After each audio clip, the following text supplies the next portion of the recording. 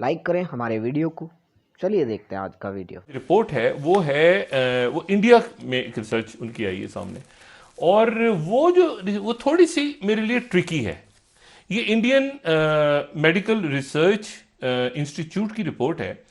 ये थोड़ी सी ट्रिकी इसलिए है कि इन्होंने 15 फरवरी से 2 अप्रैल तक 15 फरवरी से 2 अप्रैल तक इन्होंने 5,000 जो हैं वो 9,011 लोगों के इन्होंने टेस्ट किए गालिबन। ठीक। अच्छा, इसको थोड़ा सा बड़ा काइंडली कर देंगे तो मैं इसको दिखाने के। जी हाँ।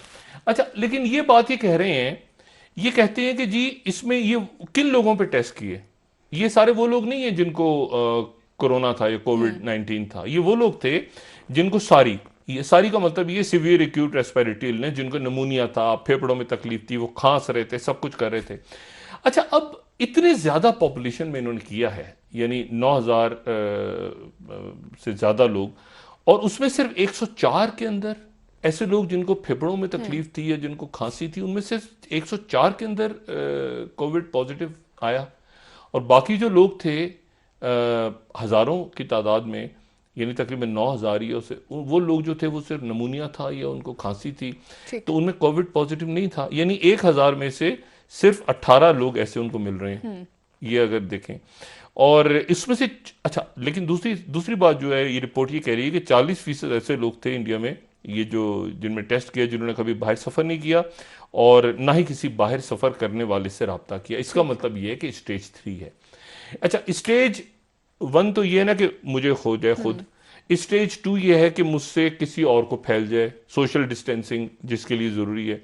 स्टेज 3 ये है कि बाज़ारों में मैं ऐसे जाऊं और मैं ऐसे ही सैर कर रहा हूं, लोगों से मिल रहा हूं, मुझे पता ही नहीं कि, और वो वायरस कम्युनिटी में फैल गया। तो इंडिया ने पहली दफ़ा ये तस्लीम किया है कि वहाँ पे स्टेज 3 कम्युनिटी, जो कम्युनिटी ट्रांसफ़र कहते हैं ना, वो कम्युनिटी ट्रांसफ़र है। स्टेज 3 में ये होता है कि आपको पता ही नहीं, वो फैला हुआ है हर तरफ।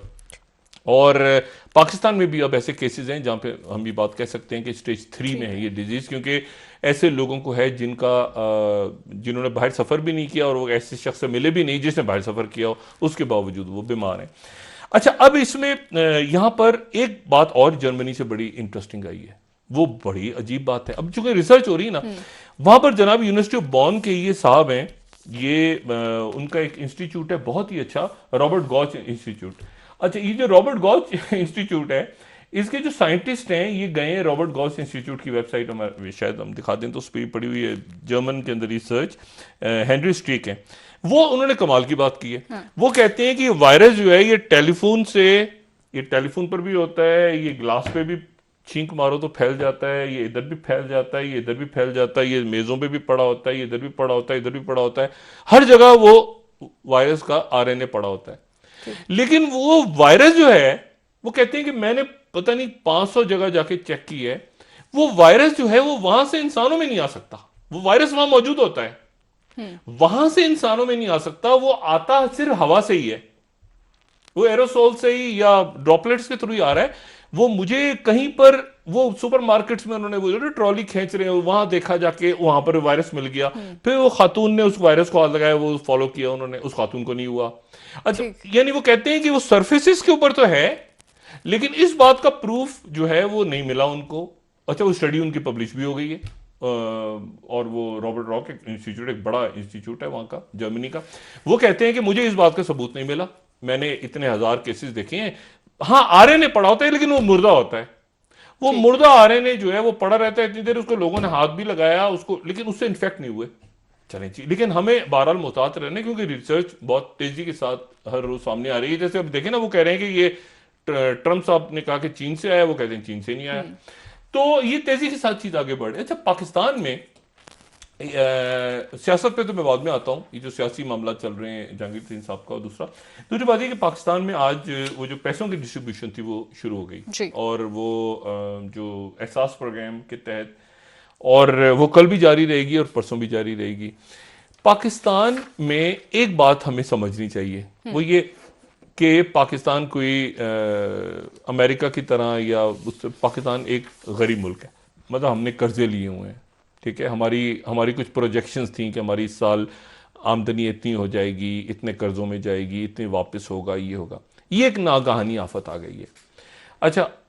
नमस्कार दोस्तों, स्वागत है आपका मेरे साथ। चलिए, आपने इस वीडियो को देख ही लिया होगा। तो सबसे पहले शुरुआत इसकी यहीं से होती है कि इंडिया, अमेरिका, जर्मनी वगैरह जहाँ से भी रिसर्च पेपर निकल रहे हैं उसमें नई स्टडी आ रही हैं सामने। ये बंदा कहता है कि हमें खुशी होती अगर पाकिस्तान से भी कोई रिसर्च पेपर निकलता। तो दोस्तों, सच्चाई ये है कि पाकिस्तान का जो एजुकेशन लेवल है वो इस तरह का नहीं है कि वहाँ से कोई रिसर्च पेपर वगैरह निकल सके और उसको दुनिया क्या है वैलिड मान सके, क्योंकि इन लोगों के पास रिसोर्सेज ही नहीं है। रिसोर्सेज के बाद इनके पास माइंड, एक्चुअली ब्रेन्स नहीं है। ठीक है, रिसर्च करने के लिए ब्रेन्स की ज़रूरत होती है, जो इनके पास तो बिल्कुल भी नहीं है। आगे जब बात होती है कि इंडिया के अंदर जो मसला है वो बढ़ सकता है, और उस रिसर्च पेपर के अंदर बात हुई है कि हम कम्युनिटी स्प्रेडिंग की ओर जा सकते हैं। और देखिए, सच्चाई ये है कि हमारे जो मेन एपी सेंटर शायद इंडिया का जो बनने जा रहा है वो मुंबई बनेगा, जैसे अमेरिका का जो है न्यूयॉर्क बना है। क्योंकि मुंबई से बहुत ज़्यादा केसेस सामने आ रहे हैं और लोग बहुत बड़ी तादाद में जो है वहाँ पे मर रहे हैं। कल मैं एक न्यूज़ पढ़ रहा था, उसके अकॉर्डिंग हर 5 डेथ अगर हो रही हैं इंडिया में तो शायद उनमें से एक मुंबई के अंदर हो रही है, और यही सबसे बड़ा मसला हो सकता है अब हमारे लिए।